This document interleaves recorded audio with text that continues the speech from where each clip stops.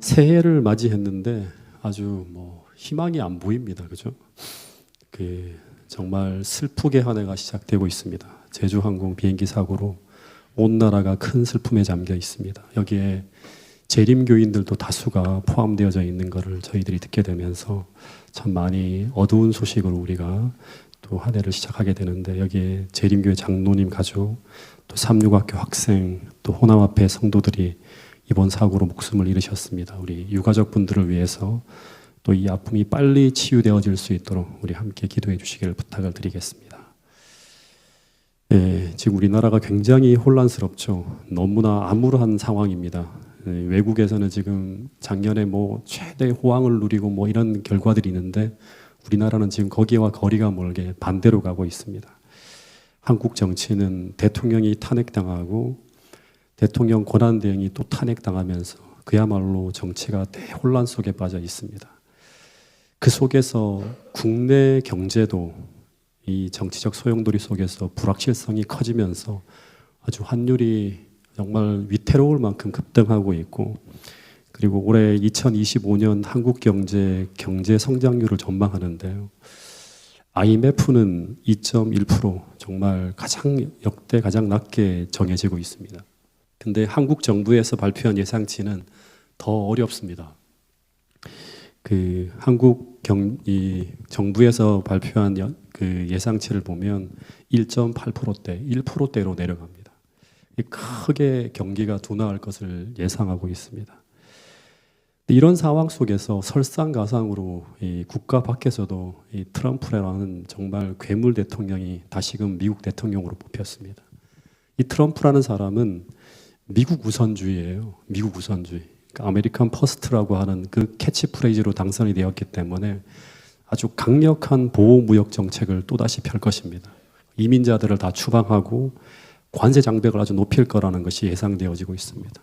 우리나라는 그나마 수출로 먹고 사는데 우리나라가 가장 큰 타격을 받게 될 것이라고 사람들은 예측하고 있습니다. 그리고 이런 시대에 기후위기는 올해는 좀 잠잠해질까 생각하는데 작년에 비해서 더 강하게 닥쳐올 것이 예상되어지고 있습니다. 그리고 지구 곳곳에서는 지금 전쟁이 그칠 줄 모르고 2025년 또 다른 화약고들이 막 보입니다. 시리아 내전이 격화될 조짐을 보이고 이스라엘과 팔레스타인도 불씨가 사라지지 않고 계속 이제 또다시 불이 붙을 조짐이 있고, 거기에 우크라이나와 러시아는 계속 전쟁이 그칠 줄 모릅니다. 그러니까 처처에 난리와 난리의 소문이 들려오고 그야말로 마지막 세상을 우리가 살아간다고 보여질 만큼 정말 힘든 그런 2025년이 예상되어집니다. 그런데 이런 세상 가운데 존재하는 저와 여러분은 앞으로 어떻게 살아가야 될까? 2025년 모든 것이 어둡고 암울한 전망을 내놓고 있는 이런 시대에 우리는 어떤 마음으로 이 새해를 맞이해야 될까 하는 것입니다.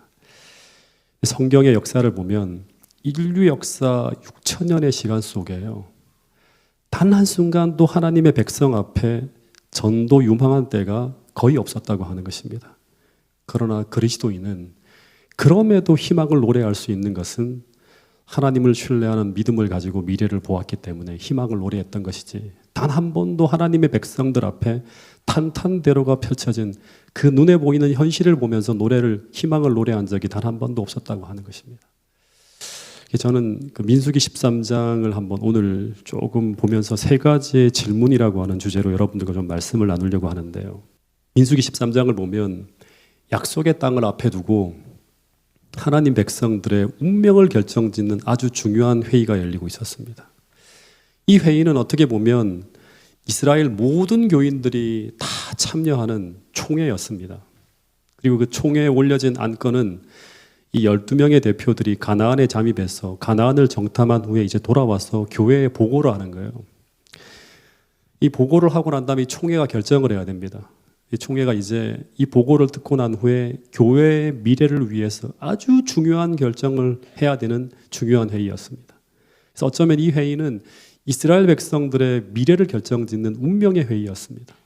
그런데 40일 동안 가나안 땅을 탐지하고 돌아온 이 12명의 연구위원들의 연구 보고서는 뜻밖에도 가나안을 코앞에 두고 아주 어두운 보고를 하고 있었습니다. 특별히 12명의 연구위원 중에 10명이 내놓는 결론은 그들의 존재의 근거를 뒤흔드는 내용이었습니다. 그들이 애굽을 떠난 이유는 가나안 땅에 들어가서 그곳에 하나님 나라를 세우는 것이었어요. 그 일을 위해 애굽을 탈출해서 장작 1년 3개월이라고 하는 긴 시간을 달려왔는데, 근데 이제 그 가나안을 코앞에 둔 시점에서 그 최종 목적지를 탐지한 결과가 무엇인가 하면 그 땅을 우리는 얻을 수 없고 이제 여기서 가나안을 향한 더 이상의 전진은 불가능하다는 것이었습니다. 물론 2명은 반대 의견을 내놓았지만 총회의 결론은 다수의 의견을 따라서 가나안으로의 전진 불가라고 하는 결론이 나버린 겁니다. 그러면서 이제 어떤 일이 벌어지는가 하면 역사의 수레바퀴를 뒤로 되돌리는 거예요. 애굽으로 돌아가자고 하는 주장이 거세게 들려오기 시작합니다. 그러면서 교회가 엄청난 혼란에 빠지게 됩니다. 여러분, 당시 가데스 바네아에서 벌어진 가나안 정탐은 일종의 테스트였습니다. 하나님께서 12정탐꾼을 가나안에 보낸 것은 거기서 단순히 그 땅이 어떤 곳인지, 단순히 그 땅에 대한 정보를 알아보기 위해 보낸 것이 아니었습니다. 당시 이스라엘을 대표하는 대표자들이 그 가나안 땅으로 들어가서 그 땅을 탐지하며 그들의 전진을 가로막는 수많은 난관과 무수한 문제와 엄청난 도전을 바라보게 하신 것은, 그럼에도 불구하고 그들이 이 모든 현실을 뛰어넘는 희망을 믿음으로 볼 수 있는가, 이거를 시험하기 위한 것이었습니다. 즉 하나님은 그곳에서 그들에게 묻고 있는 것입니다. 어떤 것을 묻는가 하면, 성으로서 하나님을 믿는 믿음을 가진 너희는 현재 너희 앞에 놓인 이 문제와 어려운 상황을 바라보면서 너희는 너희의 미래에 대해 너희는 지금 무엇을 보고 있는지를 묻고 있는 것입니다. 근데 그들이 돌아와서 하는 말이 뭔가 하면, 그들이 본 모든 것은, 거기서 본 모든 것은 눈에 보이는 현실이 전부였습니다. 즉 그들이 본 모든 것은 그들의 도전을 불가능하게 막고 있는 견고한 요새와 거인과 그 거인들이 들고 있는 강한 무기들 뿐이었다고 하는 것입니다. 그래서 그들의 결론이 무엇인가 하면 우리는 그 땅을 얻을 수 없다고 하는 결론이 나오는 것입니다. 즉 그들은 사단이 던지는 현실의 프레임에 딱 갇혀서요, 눈에 보이는 현실 이상의 것을 볼 수가 없었습니다. 근데 이 질문은 어쩌면 2025년 오늘 비슷한 지점, 이 하늘 가나안 변경에서 이제 하늘을 가나안을 바라보고 있는 오늘 우리들에게 던지는 하나님의 질문일 수 있습니다. 2025년 우리는 현재 벌어지고 있는 수많은 문제와 어둡고 암울한 상황을 바라보면서 오늘 우리는 2025년 우리의 미래에 대해서 우리는 무엇을 보고 있는가 하는 것입니다. 근데 오늘 우리도 가데스 바네아에서 믿음의 실패를 경험한 이스라엘 지도자들처럼 아낙 자손과 견고한 성벽이라고 하는 이 어두운 현실 이상을 바라보지 못한다면 2025년 우리도 믿음의 전진이 불가능해질 수 있다고 하는 것입니다. 당시 갈렙과 여호수아는 가나안을 정탐하면서 그들은 무엇을 보았을까요? 당시 갈렙과 여호수아는 가나안에 있는 그 무시무시한 거인 족속인 아낙 자손과 호전적인 아모리 족속을 보지 못하였을까요? 아닙니다. 그들도 그들의 무서운 무기와 그들이 구축한 산성과 요새를 다 보았을 것입니다. 그들도 아낙 자손을 보면서 무거운 부담과 어쩌면 그들과 싸울 때 그들이 겪게 될 상처와 고통과 어려움과 심지어 목숨을 걸어야 되는 죽음의 두려움까지 느꼈을지 모릅니다. 그러나 그럼에도 불구하고 그들이 전진을 이야기할 수 있었던 것은 믿음을 가진 사람이 아니라면 결코 볼 수 없는 그들의 앞에 펼쳐질 미래를 그들은 주어진 약속을 통해 볼 수 있었기 때문이라고 하는 것입니다. 여러분, 보는가 보지 못하는가는 너무나 중요합니다. 수많은 말씀들이 있지만 그것을 가지고 현실의 프레임을 바꿀 수 있는가, 아니면 그 프레임에 갇힐 것인가, 너무너무 중요한 것입니다. 신명기 1장 29절부터 33절에 있는 말씀 우리 같이 읽었는데요, 또 한번 읽어보겠습니다. 이것은 바로 모세가 본 미래입니다. 그 가데스 바네아에서 같이 읽어보겠습니다. 시작. 내가 너희에게 말하기를 그들을 무서워하지 말라, 두려워하지 말라. 너희보다 먼저 가시는 너희 하나님 여호와께서 애굽에서 너희를 위하여 너희 목전에서 모든 일을 행하신 것 같이 이제도 너희를 위하여 싸우실 것이며, 광야에서도 너희가 당하였거니와 사람이 자기의 아들을 안는 것 같이 너희 하나님 여호와께서 너희가 걸어온 길에서 너희를 안으사 이곳까지 이르게 하셨느니라 하나, 이 일에 너희가 너희 하나님 여호와를 믿지 아니하였도다. 그러나 그는 너희보다 먼저 그 길을 가시며 장막 칠 곳을 찾으시고 밤에는 불로 낮에는 구름으로 너희가 갈 길을 지시하신 자이시니라. 이 글은 가데스 바니아에서 가나안을 향해 전진을 명하는 그 하나님의 명령 앞에서 모세가 본 그들의 미래의 모습이었습니다. 즉 아낙 자손과 거인들과 견고한 요새 앞에서 모세가 본 그들의 미래는 바로 그들보다 앞서가셔서 그들의 미래를 열고 계시는 하나님의 모습이었습니다. 다시 말해 지금 그들 앞에 산더미 같은 문제를 해결하시기 위해서 그들보다 앞서가셔서 그들의 미래를 열고 계시는 하나님을 그는 믿음으로 바라보면서 암울한 현실 속에서도 어떻게 했다? 순종의 전진을 노래할 수 있었다고 하는 것입니다. 여러분, 오늘 우리의 싸움은 또다시 말하면 어쩌면 이 싸움입니다. 오늘 우리가 사단이 어두운 현실을 통해 던지는 그 암울한 메시지에 갇혀서 절망하며 이 믿음의 전진을 멈출 것인가? 아니면 하나님이 주시는 약속의 말씀으로 어두운 현실을 새롭게 리프레임하여서 우리의 미래를 하나님이 주시는 비전으로 전환시킬 수 있을 것인가? 이 싸움이라고 하는 것입니다. 여러분, 실제 다윗의 시편을 보면 다윗은 끊임없이 사단이 던지는 암울한 현실의 프레임을 약속의 말씀으로 리프레임 시켜서 하나님이 주시는 비전으로 현실과 미래를 다시 보면서 언제나 희망을 노래하는 것을 우리는 시편을 통해 볼 수 있습니다. 시편 46편에 보면 현실은 땅이 흔들리고 산이 바다에 빠지는 천지가 개벽하는 일들이 벌어지는 현실이지만 가데스 바네아보다 더한 현실이 눈앞에 닥쳐오고 있지만 그러나 그럴지라도 다윗은 오히려 어떻게 하지 않는다? 두려워하지 않는다고 노래합니다. 그리고 그의 인생은 절대 이 현실의 어두움 속에서 파묻혀 무너지지 않을 것이라고 노래하고 있습니다. 그런데 그 이유가 무엇 때문인가? 하나님은 나의 피난처요 요새요 환난 중에 만날 큰 힘이 되시기 때문이라고 하는 것입니다. 하나님이 내 인생 중에 이 성 중에 이 교회에 계시기 때문에 우리는 무너지지 아니한다고 말하고 있는 것입니다. 여러분, 다윗만이 그럴까요? 모든 믿음의 사람들은 같은 모습으로 살았습니다. 오늘 우리도 그래서 그 옛날 히스기야처럼 적들에 포위되어진 그 18만 대군의 암울한 현실을 보면서도 그 암울한 현실을 믿음으로 리프레임할 수만 있다면, 다니엘의 새 친구들처럼 그 거대한 풀무불 앞에서도 이사야 43장 내가 불 가운데 지날지라도 불꽃이 나를 사라지 못하리라고 하는 말씀으로 그 상황을 리프레임할 수만 있다면, 홍해와 애굽 군대에 포위되어져 있어도 견고한 여리고성 앞에서도 우리가 그 암울한 현실을 뛰어넘어 세계를 열고 계시는 그 하나님을 믿음으로 바라보며 암울한 현실을 뛰어넘을 수만 있다면 우리는 거기서 멈추어 절망하지 않고 승리를 위한 믿음의 전쟁을 계속할 수 있을 것이라고 하는 것입니다. 여러분, 오늘 우리의 싸움은 믿음의 전진을 하느냐, 우리로 그 자리에 멈추게 서게 하느냐의 싸움이에요. 사단은 우리의 믿음의 전쟁을 멈추게 하기 위해서 어두운 현실의 프레임으로 끝없이 우리를 가둬두려 할 것이고, 그리고 하나님은 반대로 거기서 벗어나도록 하기 위해 약속의 말씀으로 약속의 빛으로 끝없이 우리를 비추신다고 하는 것입니다. 여러분, 그래서 오늘 우리 눈앞의 현실이 아무리 혹독한 겨울같이 보일지라도 오늘도 현실 너머에서 끝없이 우리의 문제를 풀며 세계를 열고 계시는 그 하나님을 믿음으로 바라보며 믿음의 전쟁을 통해서 2025년 약속의 하나님을 만나는 모든 성도들이 될 수 있기를 간절히 바라겠습니다. 그럴 수만 있다면 오늘 이 말씀이 모든 성도들의 것이 될 수 있을 것입니다. 이사야 43장 18절부터 20절 말씀입니다. 같이 한번 읽어보겠습니다. 시작. 너희는 이전 일을 기억하지 말며 옛적 일을 생각하지 말라. 보라, 내가 새 일을 행하리니 이제 나타낼 것이라. 너희가 그것을 알지 못하겠느냐?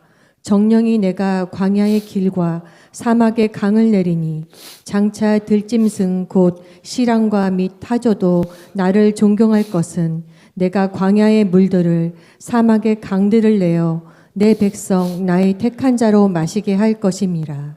예, 광야에 막 이런 물이 흐르고 막 새로운 짐승들이 닥치고 하는 것은 한 번도 이전에 본 적이 없는 일입니다.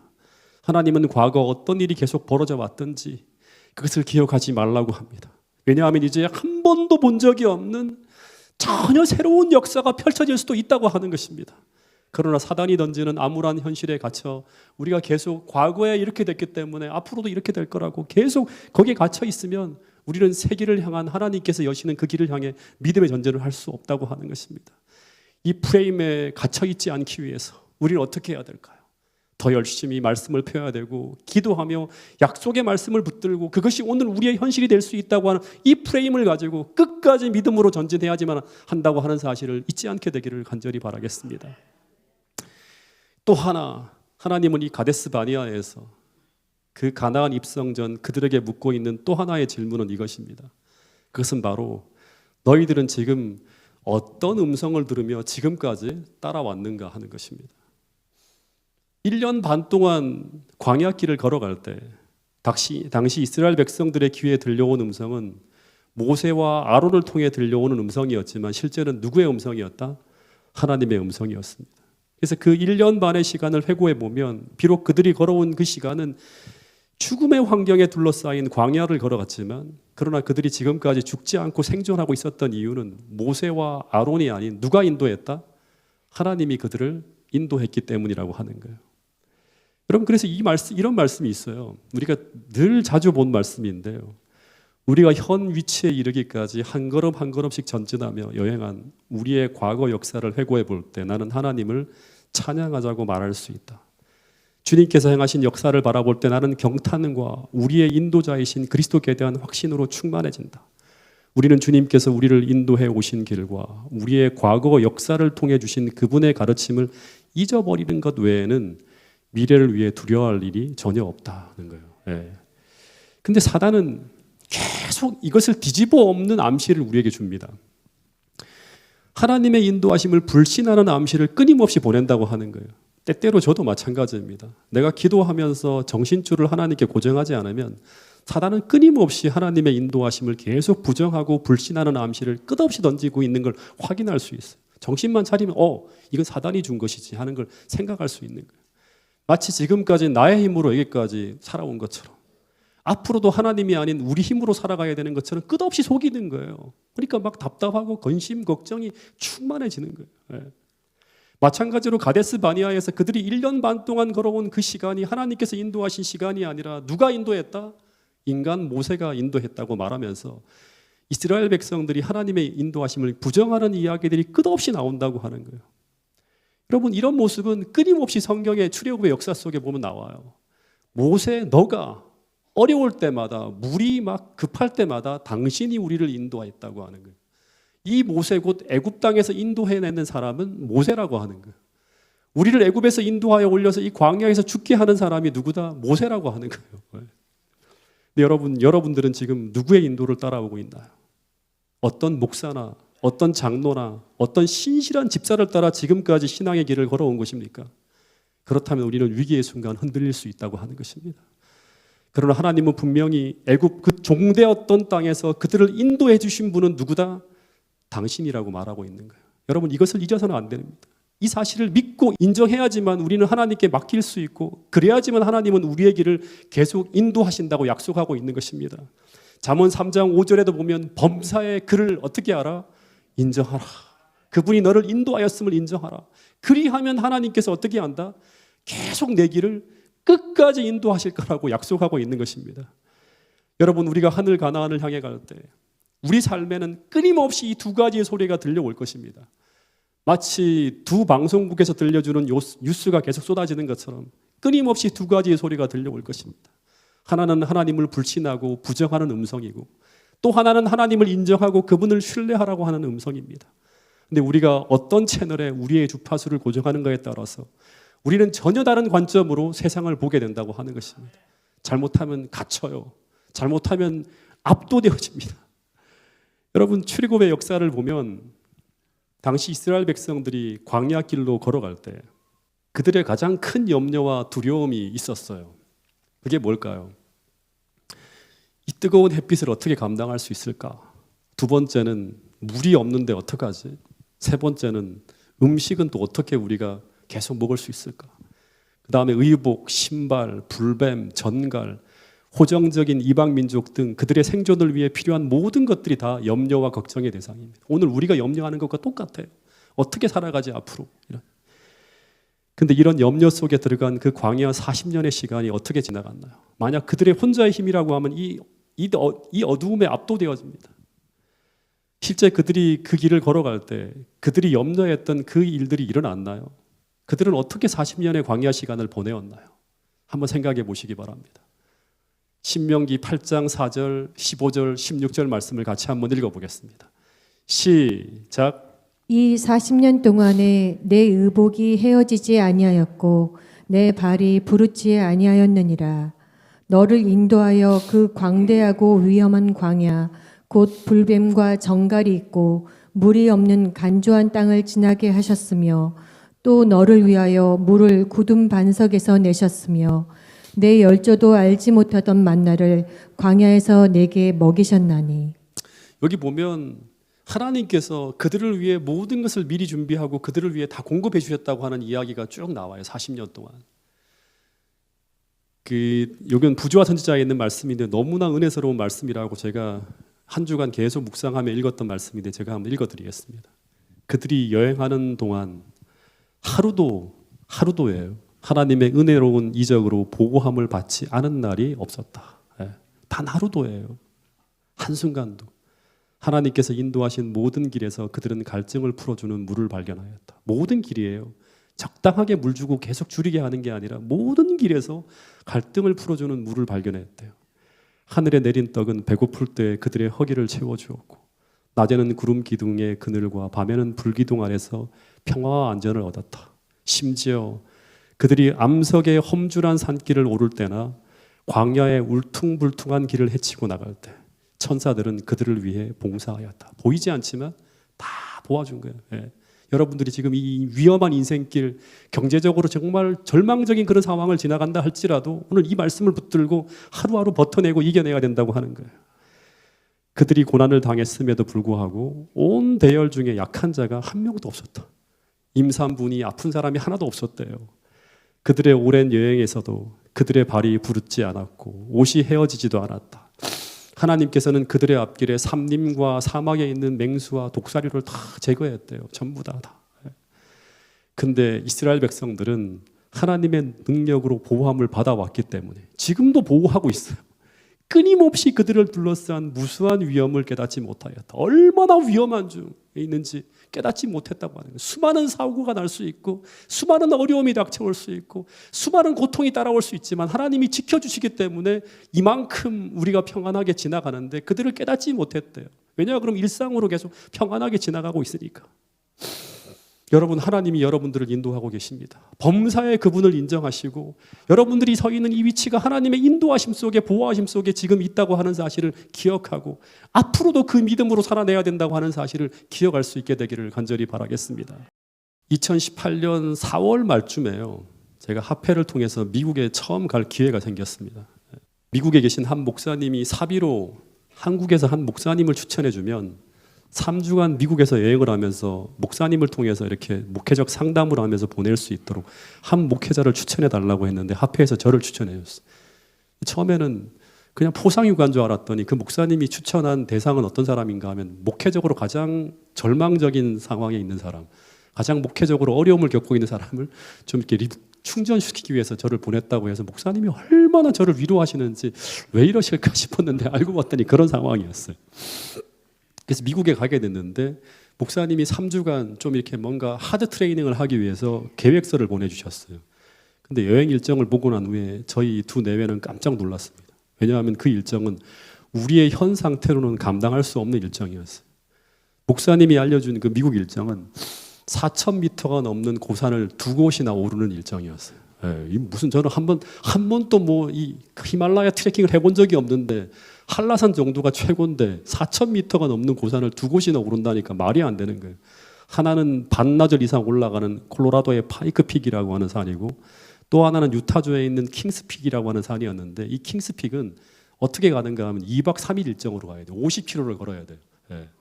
산 중에서 텐트를 치고 2박 3일을 자면서 간대요. 그러니까 갑자기 이건 내가 공수훈련 받으러 가는 것도 아니고 이게 무슨 이런 일정이 다 있나. 더군다나 아내도 같이 가는 거예요. 감당할 수 없을 거라는 생각이 드는 거예요. 그리고 또 하나는 뭐냐면 엔제스 랜딩이라고 하는 벼랑의 밧줄을 타고 지나가는 일정이 있다고 하는 거예요.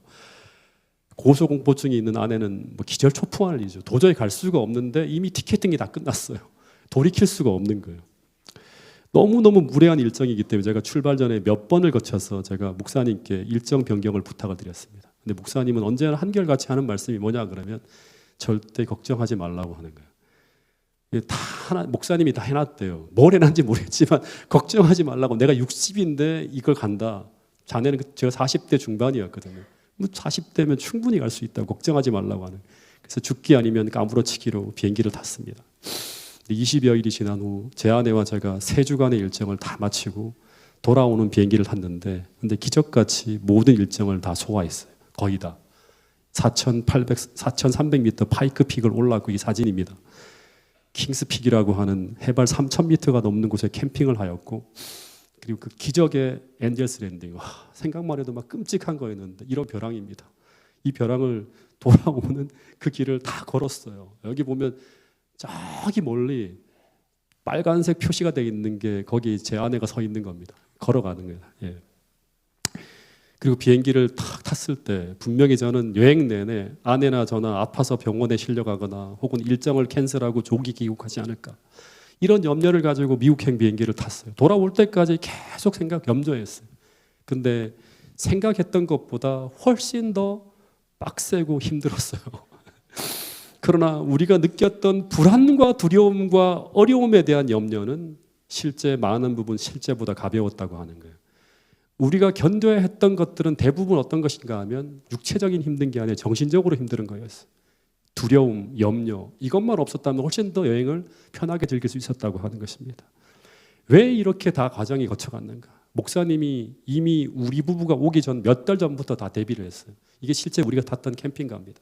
뒤에 보면 트레일러로 붙어 있는 게 제 아내와 제가 자고 먹고 타고 다녔던 그 캠핑카예요. 트레일러 안에 에어컨부터 콜로라도의 추위를 대비한 히터까지 먹는 것도 한국식으로 다 목사님이 대비해 놓으셨어요. 당시 여행 중에 제가 정말 염려했던 것 중에 하나가 뭐였는가 하면 이 모래 언덕을 걷는 거였어요. 모래 언덕을 걷는 거. 콜로라도 주의 그레이스 앤토니라고 하는 큰 모래 언덕을 2시간 정도 걸은 적이 있는데 이 모래 사막을 2시간 정도 걸으려면 엄청난 물이 필요해요. 몰랐어요. 그래서 500cc 페트병에다 물 하나를 담아서 올라가면 될 거란 생각으로 물병 하나만 걸었는데 모래 언덕을 걸어보니까 5분마다 물을 마시지 않으면 버텨낼 수가 없는 게 바로 모래 사막이더라고요. 이 목사님은 이 물 부족을 예상해서 어떻게 했는가 하면 큰 워터백이라고 해서 등에 짐 자체가 물이에요. 물 꽉 담은 거를 배낭을 짊어지고 사막길을 걸으셨어요.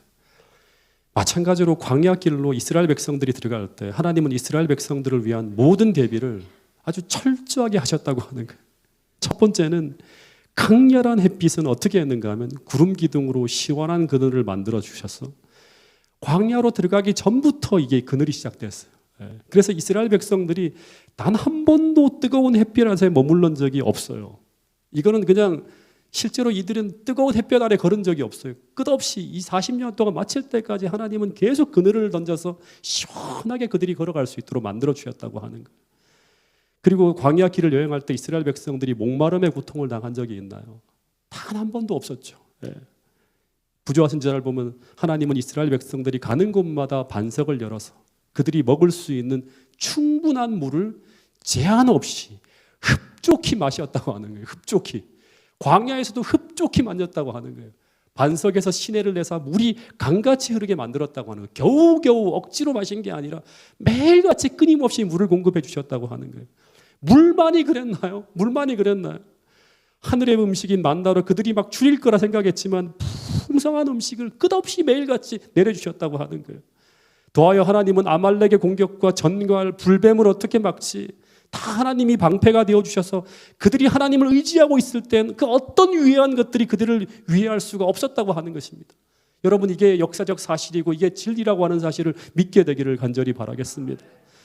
그런데 이 모든 것이 그들이 하나님의 음성을 들으며 걸어간 길에 나타난 하나님의 인도하심이었고 하나님의 도우심이었다고 하는 것입니다. 즉 그들은 모세의 인도를 따라가고 있는 것이 아니라 아브라함과 이삭과 야곱의 하나님께서 400년 전부터 약속하신 그 약속을 따라 출애굽이 시작되어졌고 그 과정 속에 지금 여기까지 이르게 됐다고 하는 것이 모세와 수많은 어떤 성경의 저자들이 던진 하나의 진리였다고 하는 것입니다. 마찬가지로 오늘 우리가 서 있는 이 자리는 성경에서 예언된 그 예언의 역사 속에 오늘 우리 교회가 서 있는 것이고 그리고 우리는 지금 어떤 사람이 아니라 하나님이 인도하시는 그 하나님의 음성을 따라 우리가 여기까지 걸어가고 있다고 하는 사실을 기억해야 된다고 하는 사실을 잊지 않게 되기를 간절히 바라겠습니다. 그런데 그것이 확인되었다면 우리가 걸어가는 그 모든 이동 경로를 따라 하나님의 공급과 돌보심이 있을 것이라고 저는 확신합니다. 여러분, 그래서 오늘 지금도 우리를 인도하기 위해 말씀하시는 그 말씀을 통해 확인하고, 오늘 우리가 서 있는 이 자리가 하나님께서 우리를 인도하시는 자리인지를 끊임없이 확인할 필요가 있다고 하는 사실이에요. 왜냐하면 하나님은 지금도 우리를 인도하시기 위해 끊임없이 말씀하고 계신다고 하는 사실이에요. 이사야 30장 21절 말씀 같이 한번 읽어보겠습니다. 시작. 너희가 우편으로 치우치든지 좌편으로 치우치든지 내 뒤에서 말소리가 내 귀에 들려 이르기를 이것이 정로니 너희는 이리로 행하라 할 것이며. 하나님은 지금도 우리가 좌로나 우로나 치우치지 않도록 끊임없이 정로로 우리를 인도하실 거예요. 근데 그 정로로 행하는 자에게 하나님은 이런 축복을 주신다고 합니다. 이사야 57장 2절. 그는 평안에 들어간다니. 정로로 행한다고 하나님의 은혜 아래 들어가는 거예요. 하나님의 보호하심 속에 들어가는 거예요. 그는 평안에 들어간다니. 무릇 정로로 행하는 자는 자기들의 침상에서 어떻게 된다? 편하게 쉰다고 하는 거예요. 하나님의 보호하심과 돌보심 속에 있다고 하는 확신 속에 살아간다고 하는 것입니다. 모든 성도들이 오늘도 좌로나 우로나 치우치지 않고 끊임없이 하나님께서 말씀을 통해 끝없이 여러분들의 귀에 들려주시는 그 음성을 들음으로 말미암아 정로로의 길만 행함으로 말미암아 하나님이 주시는 이 평안에 다 들어갈 수 있게 되기를 간절히 바라겠습니다. 마지막 한 가지를 좀 더 나누면, 하나님은 당시 가데스 바니아에서 혼란에 빠진 그들에게 던진 마지막 질문 중에 하나는 이것입니다. 너희는 지금 어디를 향해 가고 있는가 하는 거예요. 하나님이 인도하시는 그 길을 향해 지금 방향을 맞추었는가 하는 거예요. 이스라엘 백성들이 광야에서 40년을 고생하게 된 이유는 무엇인가 하면 그들의 목적지가 흔들렸기 때문이에요. 그래서 하나님은 그들의 목적지를 다시금 확실히 정립할 때까지 광야에서 40년을 돌리면서 신앙 훈련을 시킨 것입니다. 당시 이스라엘 백성들은 애굽에서 출발할 때부터 그들의 목적지는 가나안이었습니다. 그래서 그들은 계속 그곳을 향해서 걸어가고 있었어요. 근데 그 코압까지 와서 그 가데스 바니아에서 그들은 자신들이 가야 될 목적지를 잃어버렸습니다. 그러면서 다시금 가나안이 그들의 목적지가 될 수 있을 때까지 그들은 40년간 방황하게 됩니다. 어디로 가야 될지 모르고 계속 뱅뱅 돌기만 하는 것입니다. 근데 왜 이런 일이 벌어졌을까요? 그들은 계속 뒤를 돌아보았기 때문이에요. 그들은 계속 그들이 가야 될 목적지인 가나안에 올인하지 않고 계속 애굽을 향해 뒤를 돌아보고 있었어요. 그래서 애굽의 고기가마, 애굽의 음식, 애굽의 문화를 계속 그리워하다가 어려움이 닥치기만 하면 어디로 가려고 하는 거예요? 가나안이 아니라 애굽을 향한 방향 전환을 시도했다고 하는 것입니다. 저도 이 마라톤을 좀 했는데 마라톤 출전을 하게 되면 출발 지점에서 하는 일이 있어요. 그게 뭔가 하면 옷을 싹 갈아입습니다. 그러니까 그 3월 특별히 이제 동아 마라톤은 3월 달에 하기 때문에 되게 추워요. 그리고 그 목적지까지 이제 처음에 출발선에 가면 두꺼운 옷을 입고 옵니다. 그런 다음에 그 옷을 입고 뛸 수가 없기 때문에 옷을 다 갈아입고 그 다음에 들고 온 짐들을 다 배낭에 담아서 트럭에 실어서 어디로 보내는가 하면 달려서 가야 될 목적지인 목표인 서울 올림픽 주 경기장으로 다 보냅니다. 근데 그렇게 하고 나면 저는 제 짐을 찾기 위해서 어디로 가야 됩니까? 제 짐이 있는 올림픽 주 경기장을 향해서 반드시 가야 돼요. 이 목적지가 흔들리면 안 되는 거예요. 거긴 제가 가지고 있는 휴대폰도 있고 중요한 것들이 다 거기 있습니다. 그곳까지 가야 되는 거예요. 마찬가지로 우리는 우리 삶의 중요한 것들을 우리가 가야 될 곳으로 다 옮겨 놓아야 돼요. 옮겨 놓은 사람들이 재림교인이에요. 즉 우리가 중요하게 생각하는 모든 가치들은 전부 하늘로 옮겨진 것이 되어야 합니다. 즉 하늘의 것이 되어야 돼요. 그런 사람만이 하늘을 향해 가는 것이 우리 삶의 최종 목적지가 되는 거예요. 여러분들은 정말 2025년 가나안 변경과 같은 이 재림의 때를 맞이하는 이 임박한 상황을 살고 있다고 여러분들이 느끼고 그것까지 달려왔다면 여러분의 모든 가치들은 하늘에 옮겨진 것이 될 거라고 저는 확신합니다. 때때로 제가 목회를 하는 과정에서 목회직을 중간에 그만두는 사람들을 꽤 많이 보게 됩니다. 물론 여러 가지 사유가 있지만 그중에 몇몇 분들은 과거 생활이 더 나았다는 생각을 하면서 계속 과거를 돌아보다가 그 길로 돌아가는 경우가 있습니다. 솔직히 저도 목회를 오래 하진 않았지만 저는 때때로 가끔씩 목회직을 후회한 적이 있을까요? 고재호 목사는? 있을까요? 없을까요? 솔직히 말하면 자주 그런 생각을 했었습니다. 예. 그냥 이제처럼 집사로서 신앙생활을 하면서 지내면 좀 더 유익하고 더 편안하게 신앙생활을 할 수 있을 텐데 하는 이런 유혹이 정말 많았습니다. 특별히 40대 이때는 심지어 이 목회직이 신앙적으로도 도움이 안 된다고 느껴질 때는 솔직히 진지하게 이 길을 떠나려는 생각을 심각하게 할 때도 있었습니다.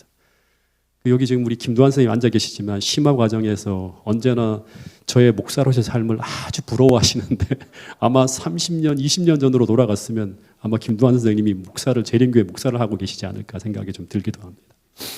저도 이 목회의 길을 처음 시작한 이유가 뭐냐 그러면 정말 주님을 더 가까이 만나고 싶어서, 그리고 처음에는 주님 앞에 완전히 올인하고 싶어서 시작했는데, 근데 문득 그런 생각들이 하나둘 희미해져 갈 때 내가 왜 목회를 하는 것인가를 심각하게 고민한 적이 있어요.